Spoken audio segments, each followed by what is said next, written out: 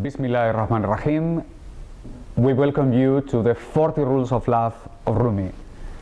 Today we will read the rule number 1 and number 2. And to start, we start with the recitation of the Fatiha. Amina? أعوذ بالله من الشيطان الرجيم بسم الله الرحمن الرحيم الحمد لله رب العالمين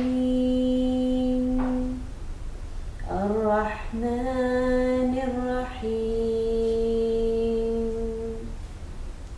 مالك يوم الدين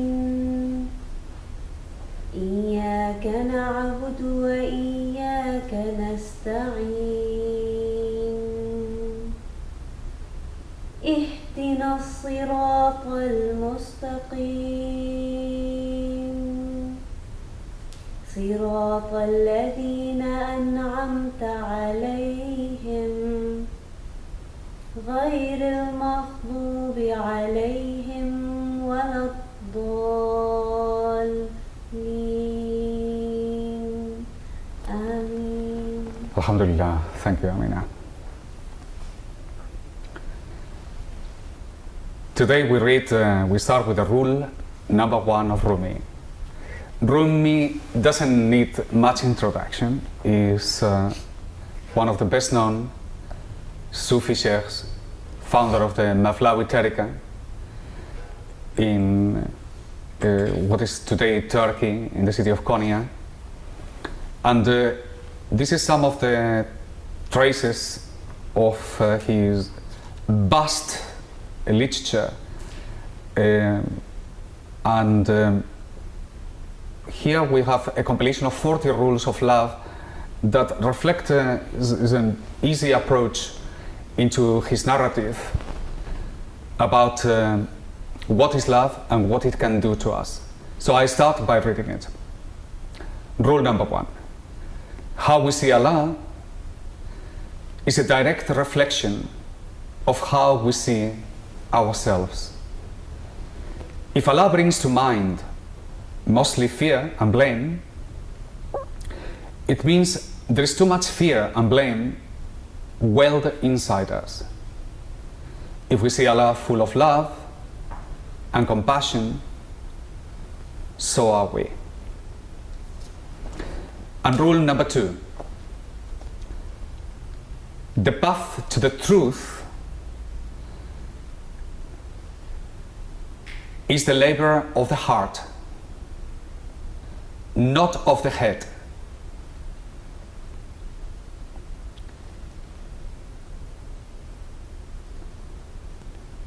Sorry, I cannot read it. Make. So let me start this second part again. Rule number 2. The path to the truth is the labor of the heart, not of the head. Make your heart your primary guide, not your mind. Meet, challenge, and ultimately prevail over your nerves with your heart.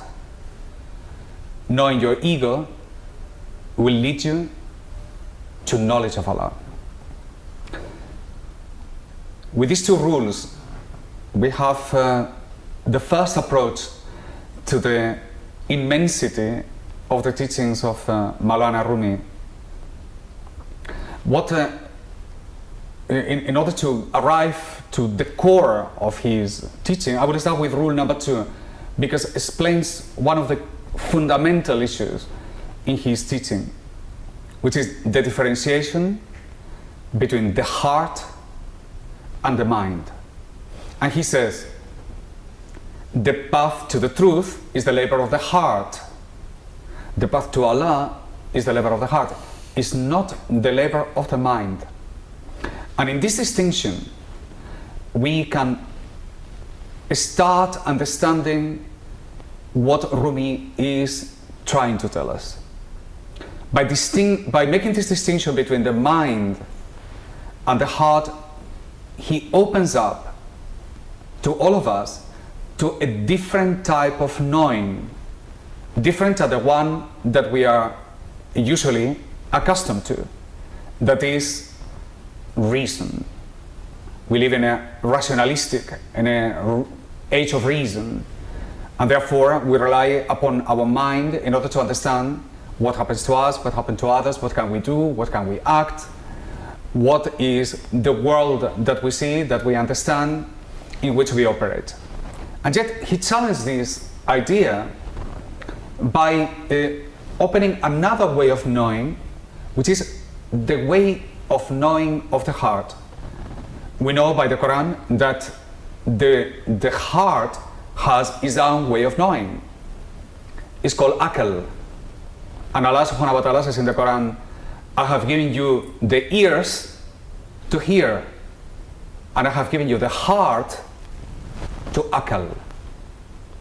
And what is akal? Akal is not reason, it's not intellect, as is most of the times translated. Akal is the cognitive power of the heart. Yes, the heart has the capacity to know. In fact, this capacity to know is so strong that it dominates the reason, and not the other way around. It is the heart that dominates the way we approach and we understand our circumstances and we experience our lives. The proof of this is that when we are in love, when love dominates our affairs, when we fell in love, when we are passionately in love, often we refer to this state as being mad in love, and we understand that certain patterns of irrational behavior come associated with it. In other words, it dominates reason and it overcomes reason, and when you are in love with something, everything else is obliterated. Reason comes only afterwards in order to justify your already given choices. And that applies to a person. When you're in love with that person, just simply it seems to be more perfect than he is, or when you want something, it seems that everything else has disappeared. This is equally true about fear. When you are under fear, reason is obliterated or is dominated. So if I give you a glass of water and I put a discharge of electricity every time you touch it, the second time you will give it a try, but the third time you will refuse to use the water. You will choose tomato juice, and you will rationalize that tomato juice is better for you than water. And the fear, the behavior of people, the behavior in fact of societies can be entirely modified. And fear is used as an instrument to modify behaviors. And on the basis of that, we have the first understanding of what Rumi has to present. First of all, that the heart is the dominating way of knowing, and it's the only way in which we can approach to the truth. The reason, the mind, will give you opinion, but only with the heart you can reach Allah, you can reach the truth. And the second thing is that the two dominating factors, the two dynamics of the heart, are love and fear. So he says, if everything that you see is love, is because that's what is happening to you. If everything that you see is fear, that is what is happening to you. Now, about love of the world and love of Allah, these are two aspects of these two dynamics. And how do you interpret them, and how do you use them in order to achieve the most important is the management of the heart. If you want to eliminate fear of the world, fear is cured with fear. If you want to eliminate fear of dunya, you need fear of Allah. If you want to eliminate love or obsessive love with creation, you do it with love of Allah. So it is in the balance of having love and fear that you find the right path. If there was only love, then will we be lost? If it would be only fear, will be paralyzed. It's love and fear, dominated by the heart. These are the two first rules. And now we enter into our panel discussion, and I'm going to ask Humaira first. How do you see these rules, and what do they mean to you? I think they're very relevant. Love and fear, incapacity to feel profound love and to live under fear are the two elements of our time. And I believe that the kind of mechanical zombie existence we are living, and the world has now, moved into that matrix. Confronting your fears and to able to expand your heart is the only way of liberating ourselves. And I think Rumi appeals to us in this particular time is because he's talking about a world that is completely forgotten. And, love, expanding yourself in love, to be able to feel deeply is a remarkable opening. It's like a new rebirth, I would say. And fear, I think each one of us recognizes fear, how we live in fear, we breed fear. We only understand fear, not love anymore. Thank you. Amina, what would you like to say? How are these two rules relevant to me? I feel that I would probably struggle with these rules. I feel that as someone entering and beginning to understand Rumi, I find using the heart very challenging. I'm so used to being rational, and I measure my maturity and my experience by how rational I am. And I measure my immaturity by how emotional and how much I use my heart. So here Rumi is telling me to use my heart. And I'm so used to being told to do the opposite, to use my head.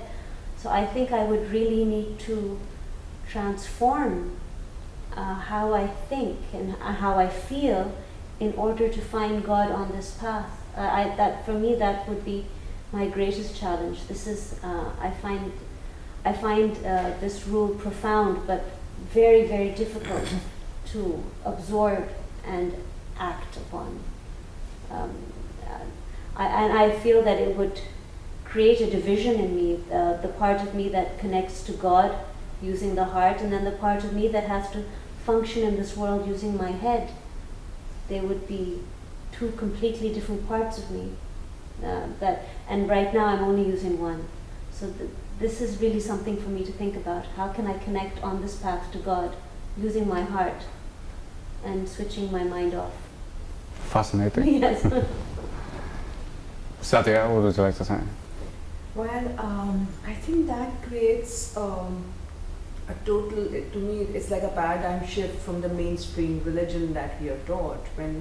When it is said that, you see God as you see yourself, that is huge, because, and if you see fear, then that is what you have in your heart, and if you see love, that is what you have in your heart. As since our childhood, we were taught to be fearful of God. We were constantly reminded of being punished for things that if we didn't follow certain rules, that it was constantly either reward or punishment. But again, it was all fear-based. Love was hardly anywhere. And most importantly, that you see God as you see yourself. That's huge. Like, we are not taught this. God is, we are taught to see God as someone beyond us, beyond our comprehension. So there was no relationship. We were the earthly beings, and God was, He was our creator. So we were not even supposed to relate to God. So this particular rule actually kind of unites us together. It's huge, and it's mind-boggling as well. And as Amna said, that we were always told, as per this world, we were always told to use our head and not our heart. So it tells us to use our heart and then see and perceive God the way we see it, perceive ourselves. So that also puts a lot of responsibility on us to first know ourselves. If we don't know who we are, then we don't know who God is. So that that actually opens up a whole Pandora box to me. You have just opened a lot of other subjects. Brilliant, thank you. Nafal, would you tell us? First of all, I would like to ask you a question. Is it, how does these rules, both of them, apply to the younger generation in which I am part of? Because right now, in the world we live in, the modern world, younger kids in the age of 19 to 26, they have so much of this fear of their heart dominating their lives. Like every time they step into an exam hall, they're overcome by fear. Every time they give an exam, they can't even write in the exam, and when they come back home, the fear of telling their parents that they had a bad exam, or the fear of telling their parents they did something wrong. And nowhere in the books of Islamiyat, of Islam, are these things written anymore. This has totally disappeared from all the teachings. And since I've been in school, I have never heard of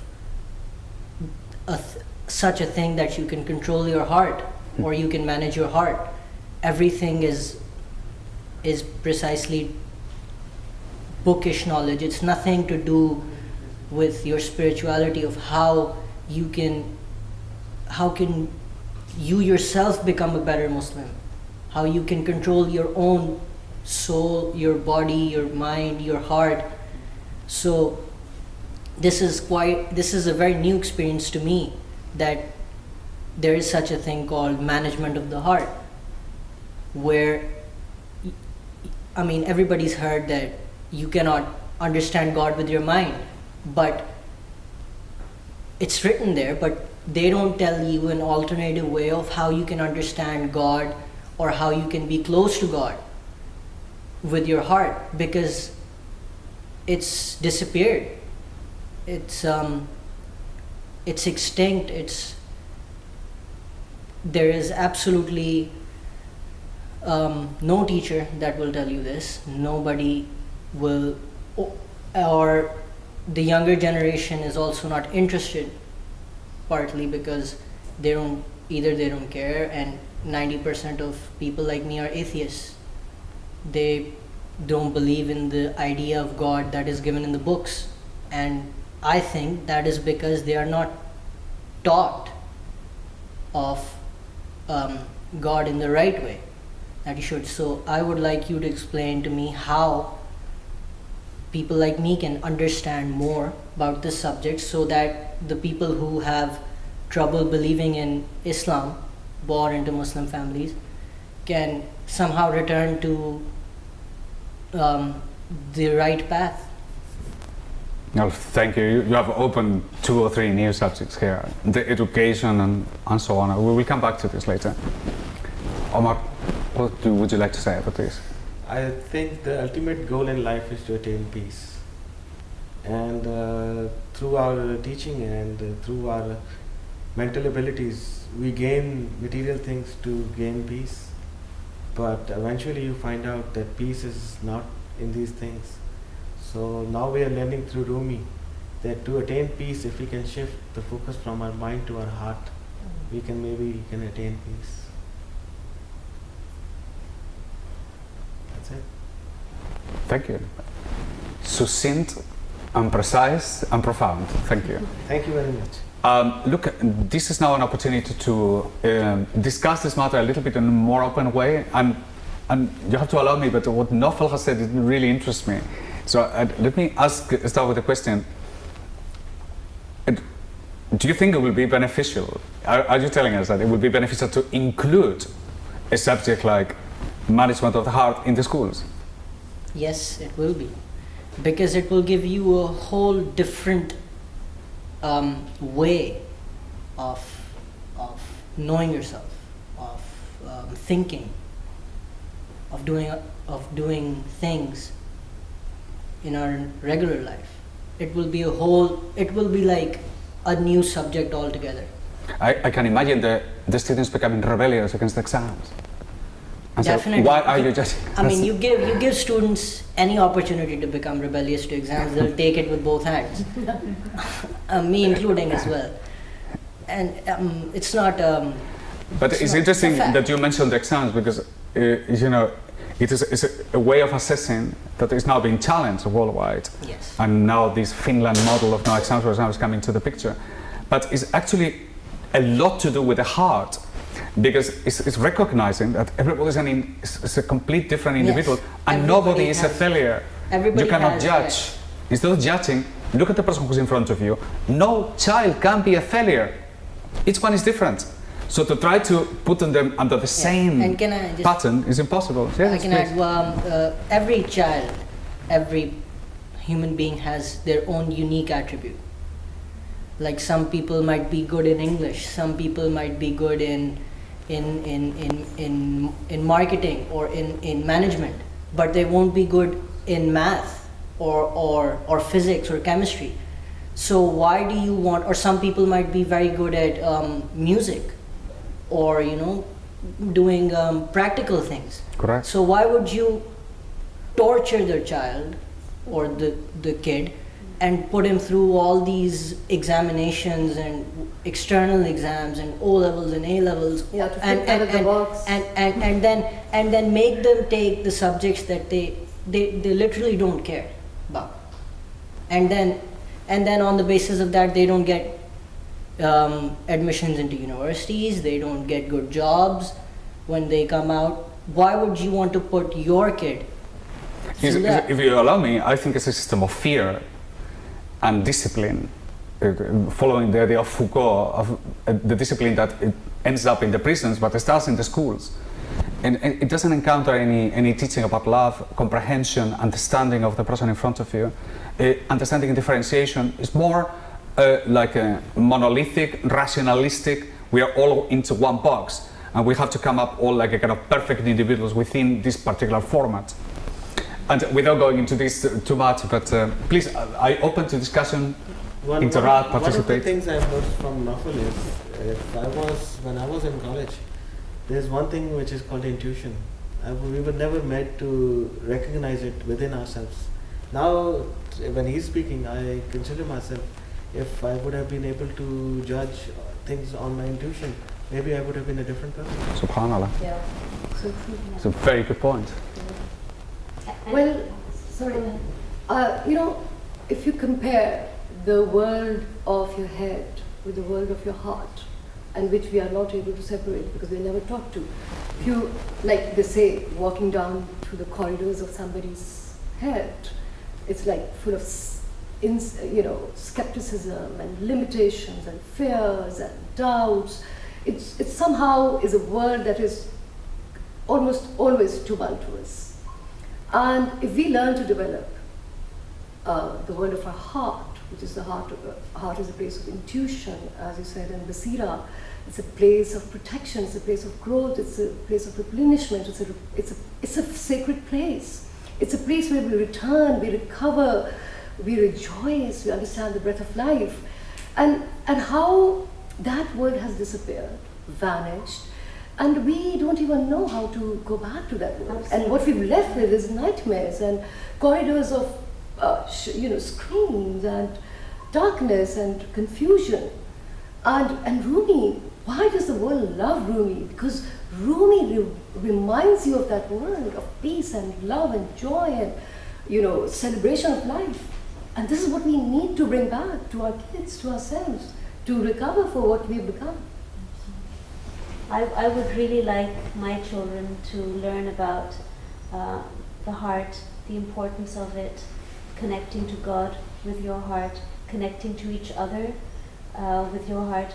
I feel that schools would not have to deal with as much bullying and as many issues as they have if they could teach children from a young age about the importance of using your heart alongside your head, and how the heart is important, and how your intuitive power and your ability to do good with just feeling good and wanting good for others how important that is. I feel that we've come to a point in our lives where we've started to feel empty, and we've started to feel that there's something missing, and we find that piece, or that missing piece that we need. We find it when we read about Rumi, when we read about what he teaches. It resonates within us. There's a familiarity. There's a calling back. We didn't need to be called back if we had been in tune with it from a young age. So I think it's wonderful that Nawfal is thinking about how this is relevant to us. This is actually relevant to very young kids. And it's a shame that we're having to rediscover it or find it now at this age in our life. And I would want very much for my children not to have to go through this crisis, to have the privilege of learning about the heart and the power of the heart, and how they can connect easily to their creator and the creation with it.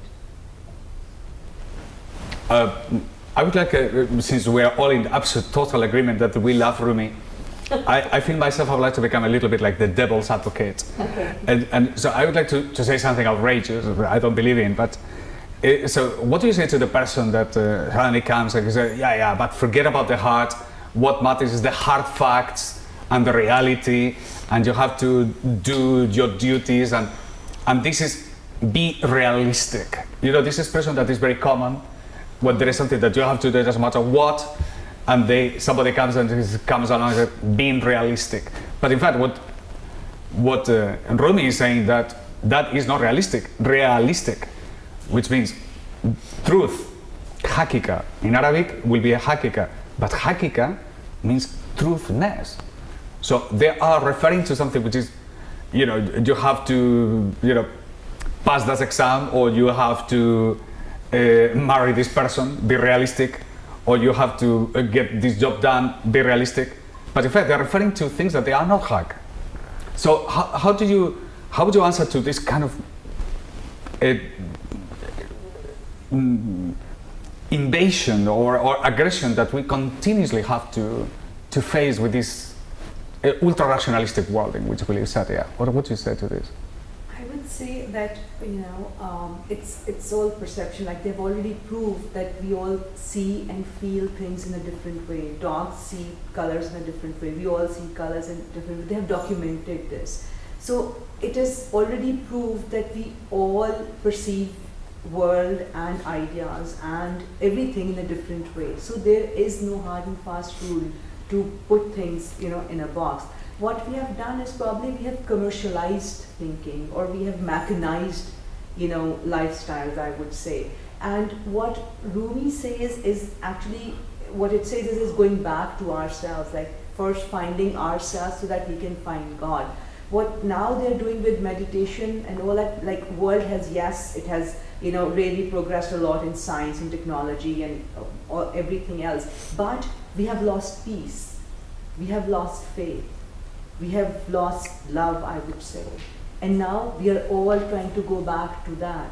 Why did we do that? Because we were doing things mechanically.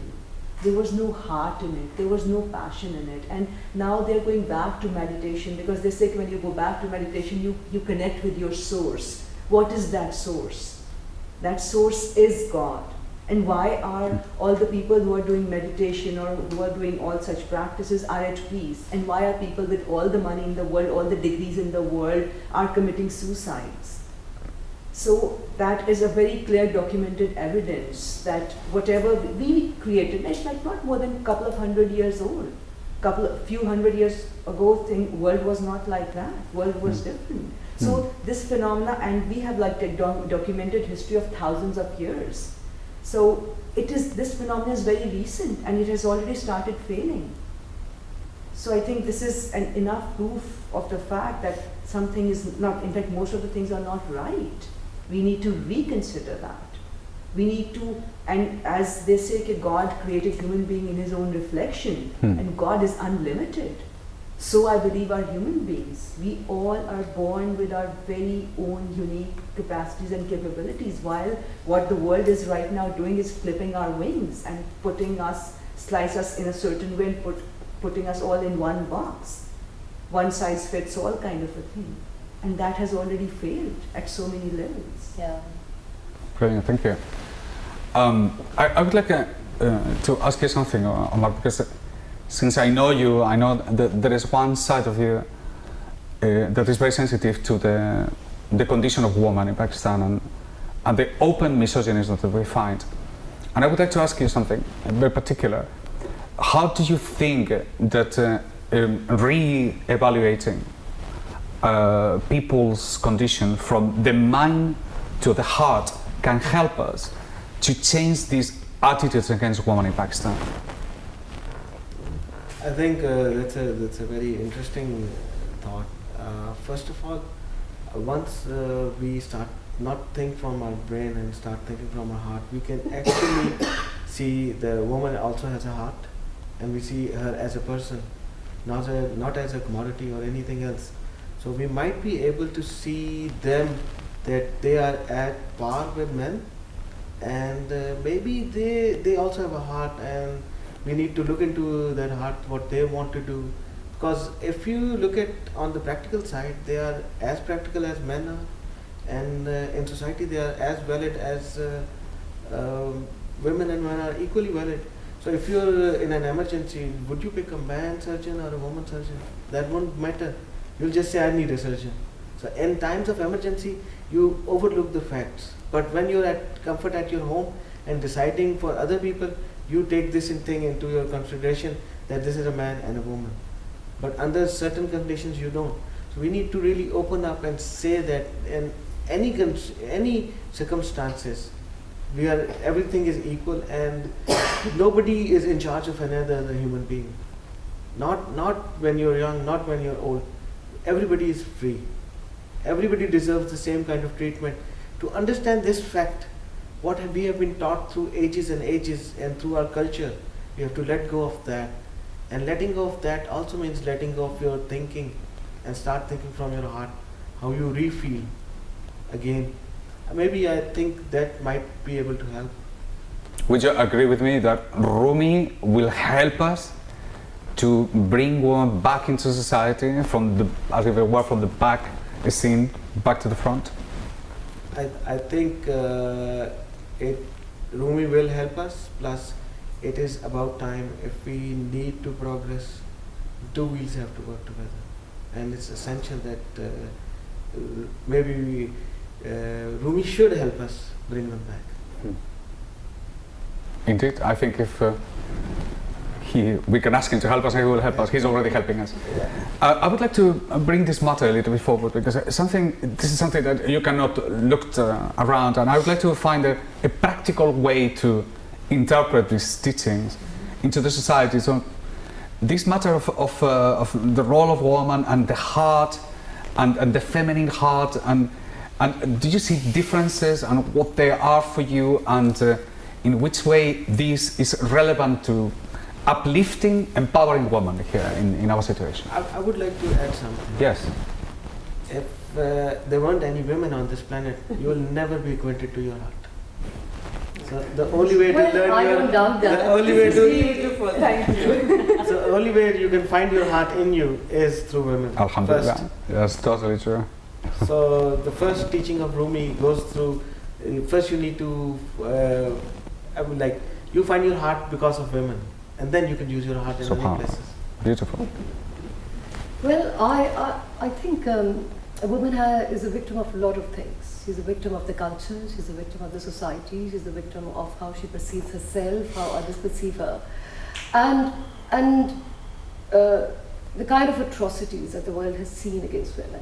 I mean, we have a huge story of the last 400 years of. But Rumi can liberate us. Rumi can make us transcend pain, suffering. But particularly for women.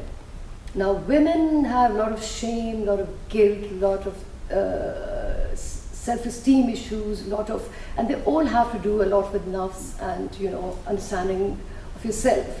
And that's where the world of intuition can help you recover. The world of intuition can make you transcend to whatever your external reality is. The world of intuition can make you see yourself with new eyes, from the eyes of your creation, not the eyes of culture or regressive systems or doctrines. So liberation of the self for women, I think, is much more needed than anything else. Please feel free. Do you want to add something? But in this matter, or anything which you think this is relevant to modern society, what would you say, Amina? I don't actually have anything to say. My point will be, for many of the people, they will want to know, or they will, or at least there's an interesting question, is that this thing that we know, in which way it can affect society, in which way this become relevant to the people who are listening to us. Any thoughts on this? And what is relevant at this women? As in, for example, the question of raising the status of woman and recognizing through the heart, looking through the heart, not with the mind. And therefore, the heart, love will force you to see a human being in front of you, rather than this construct that a woman turn into. No? I think that a woman actually is the center of family, of all that goes around, because when a child is born, of course a child is born through a woman, and that is the first institution or the first surrounding that a child gets. And if a woman is not compassionate, she would not be able to give that love and nurturing that a child needs from a mother. And that is why God decided that a child is born through a woman, because probably women are naturally more compassionate, and their heart is more open and more soft as compared to a man. That is why a child comes through a woman. So the first institution is a mother. So if a mother's heart is fearful, if a mother does not have the respect that she needs as a person, if she doesn't have the strength or the courage that a person needs, or the dignity that she deserves, how can she transfer all these things in the child? So it is more important actually to give all this to the woman so that she can transfer it to all the children, because now science says that we as children write the manuscript of our life from 0 to 7 years. Whatever happens to us from our birth up to 7 years actually makes the blueprint for the rest of our behavior through life. So this is how a woman is. So whatever we are today is because of what our mother was going through when we were children. And unfortunately, the culture that we live in, somehow a woman is considered not even a second-rate citizen. In most of the cases, she is not even considered a human being. She does not have the right to marry the person she wants to marry. She does not. Now things have changed, but again, in a very, very limited segment of our society.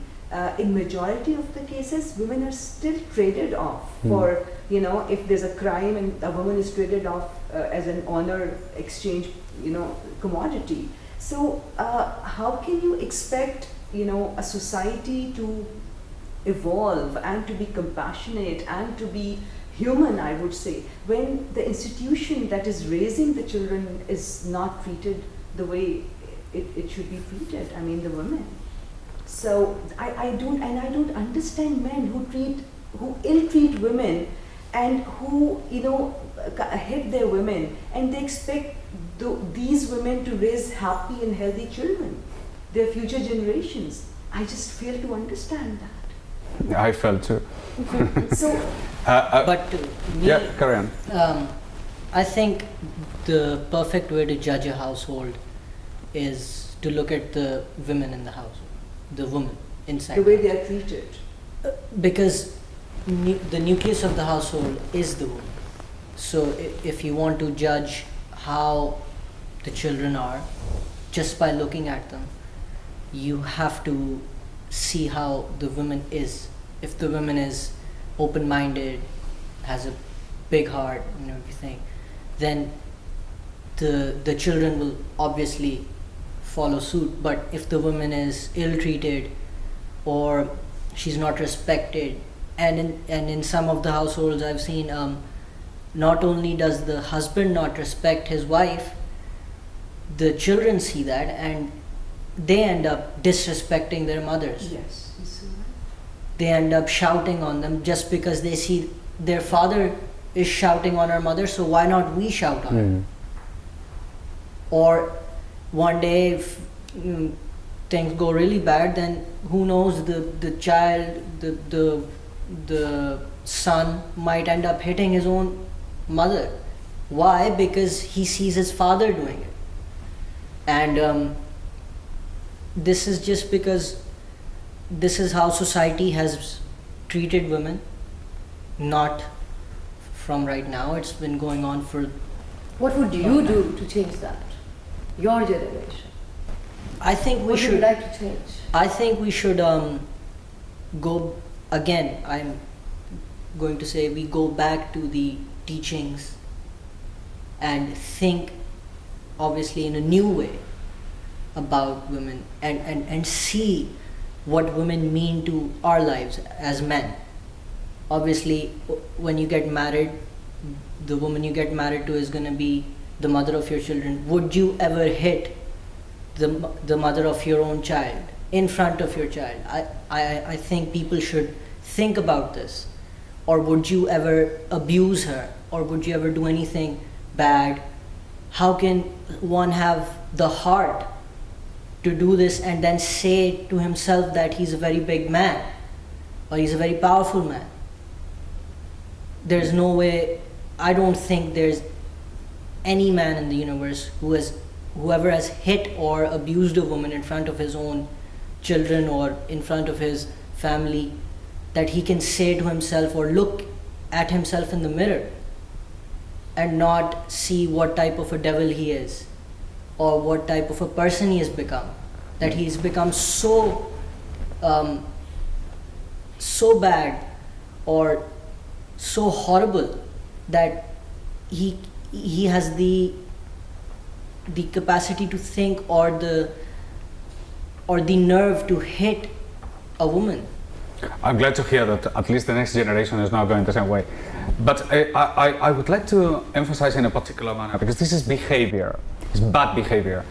But I would like to go back to the pure issue here, which is the question of the heart. Because one thing that I have noticed in teaching about this matter throughout the years is that the women have a very powerful intuitional capacity, much more stronger than men. And in a world that has become ultra-rationalistic, this is damaging for both men and women, but it is particularly damaging for women. It's like you cut off their femininity. You take something from them very badly.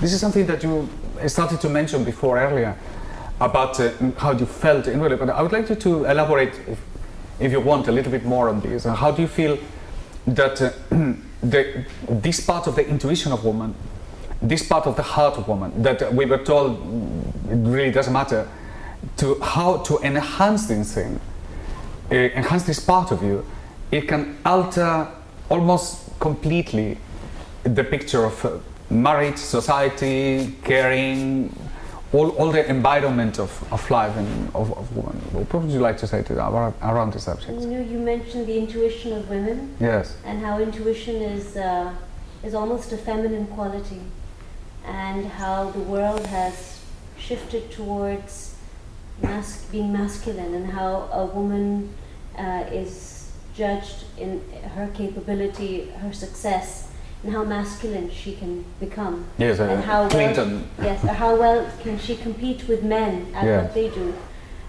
Instead of it being vice versa, nobody thinks of how men can compete with women and being good at what they do. Yeah. If it's not actually about competing at all, it's about equality, the intuition, the heart, being alive, being in touch with your heart, being able to connect with people through your heart. That's a feminine quality. I feel that this is something that Rumi is asking us to open our eyes and our hearts to. Exactly. To embrace this quality, not just women but men. It's a very good message for a woman, I think. Yes. Very important. Yes. And there's something about his teachings which I think women can connect to immediately. Exactly. Yeah. So I feel that Rumi is something, his teachings, I as a woman can relate to, and they appeal to me. And I feel that in an environment which is turning very quickly masculine, if not completely already, Rumi can actually save us and bring us back to a balance. That's a beautiful sentence. I mean, I would like to add to the point the fact that this role woman that they are presenting us on television, the character is ultra masculine.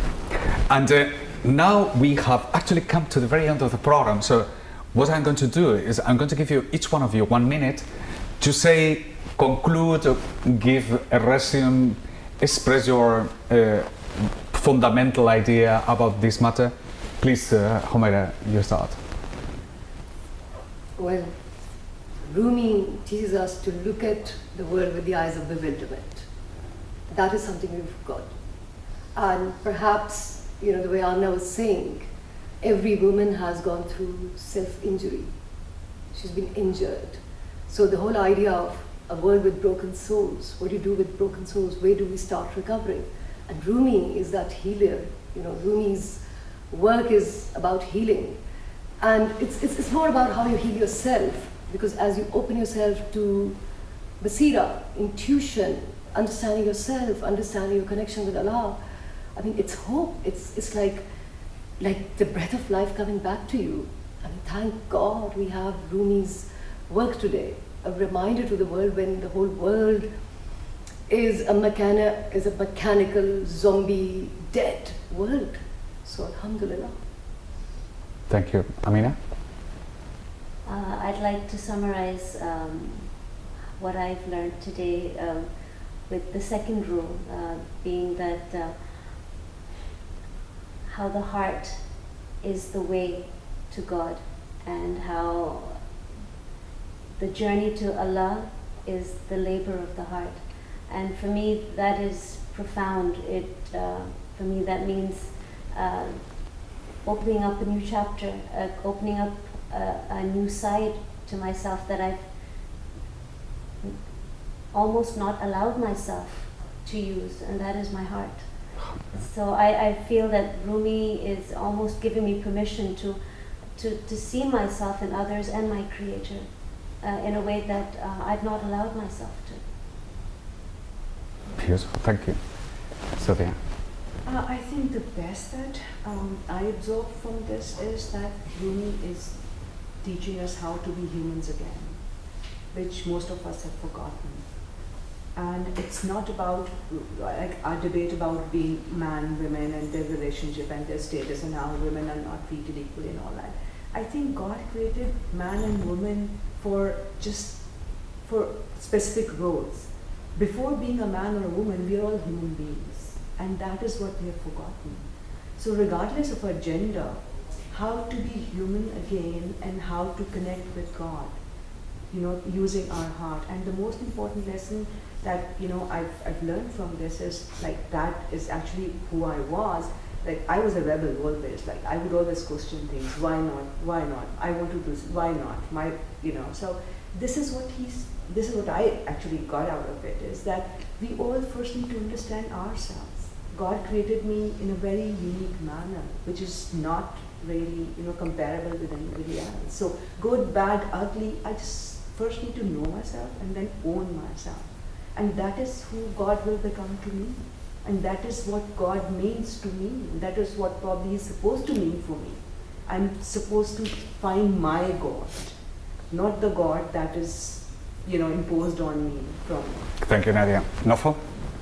I think Rumi gives us hope.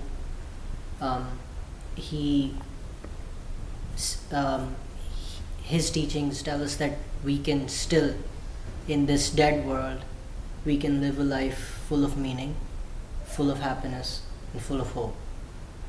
And he has also given us a way to rediscover ourselves, which we have lost due to society and everything else that is going on in this world. So, summarizing everything, there is still hope for us to, you know, live a good, healthy, happy life. Beautiful. Thank you, Nofo. Omar? Well, when I think of Rumi, spiritual Islam is mostly attached to a taboo lifestyle, which people hang around shrines and everything.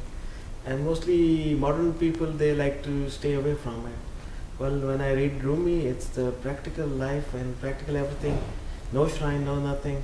So now spiritual Islam is coming to your practical life. This is what Rumi is for me. Yeah. Beautiful. Absolutely awesome. Well, I want to thank you all for participating. And we conclude today our program on the 40 rules of Rumi. We will come back with more and more exciting news and light for all of you, and how to take benefit from Rumi to improve our lives. Assalamu alaikum wa rahmatullahi wa barakatuh.